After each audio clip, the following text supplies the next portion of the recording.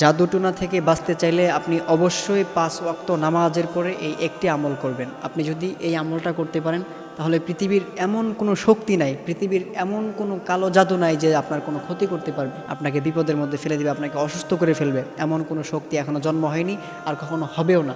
এই জন্য প্রিয় ভাইয়েরা আমার, আপনি অবশ্যই 5 ওয়াক্ত নামাজের পরে এই একটি আমল করবেন।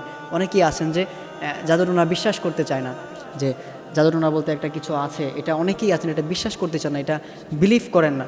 কিন্তু জাদুটোনা এটা কিন্তু একটা সত্য বিষয়। ইভেন এমনকি আল্লাহর হাবিব সাল্লাল্লাহু আলাইহি ওয়াসাল্লামকে পর্যন্ত জাদুটোনা করা হয়েছিল। আল্লাহর হাবিব সাল্লাল্লাহু আলাইহি সাল্লাম এত সুন্দর করে কথা বলেন, এত মিষ্টি করে কথা বলেন, কিন্তু তিনি আর কথা বলতে পারতেছেন না। আল্লাহর হাবিব সাল্লাল্লাহু আলাইহি সাল্লামের জবান বন্ধ হয়ে গিয়েছে।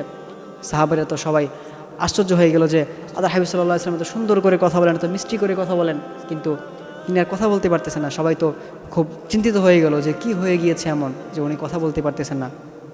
তখন আল্লাহ তাআলা ফেরেশতাদের মাধ্যমে জানিয়ে দিলেন যে আপনাকে এক ইহুদি মহিলা আপনার চুল মুবারক নিয়ে 11টা গিট্টু দিয়ে আপনাকে কালো জাদু করেছে, আপনাকে জাদুটোনা করেছে। তখন আল্লাহ তাআলা ফেরেশতাদের মাধ্যমে সূরা ফালাক নাস নাজিল করলেন। যখন ওই 11টা আয়াত পরে যখন আল্লাহর হাবিব সাল্লাল্লাহু আলাইহি সাল্লাম ফু দিলেন, তখন সাথে সাথে 11টা গিট্টুই ছুটে গেল। আল্লাহর হাবিব সাল্লাল্লাহু আলাইহি সাল্লাম কথা বলতে শুরু করলেন। এই জন্য প্রিয় ভাইরা আমার, জাদুটোনা বলতে কিছু একটা আছে, এটা অবশ্যই আপনাকে বিশ্বাস করতে হবে। কেননা আল্লাহর হাবিব সাল্লাল্লাহু আলাইহি সাল্লামকে পর্যন্ত জাদুটোনা করা হয়েছিল। এই জন্য অবশ্যই জাদুটোনা বলতে কিছু একটা আছে।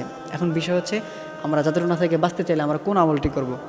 আমরা যদি জাদুটোনা থেকে বাঁচতে চাই তাহলে আমাদেরকে অবশ্যই 5 ওয়াক্ত নামাজের পরে এই একটি আমল করতে হবে। আমরা যখন 5 ওয়াক্ত নামাজ পড়ি, 5 ওয়াক্ত নামাজ শেষে আমরা আয়াতুল কুরসি পাঠ করব।